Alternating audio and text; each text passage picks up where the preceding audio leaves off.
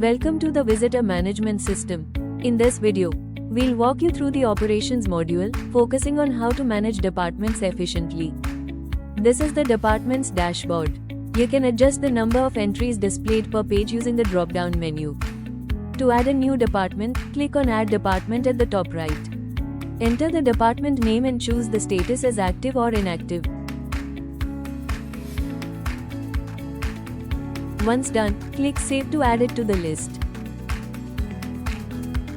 You can edit or delete a department using the Action button. Need to find a department quickly? Use the search bar on the top right.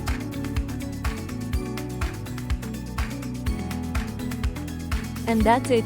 You've successfully learned how to manage departments module in VMS.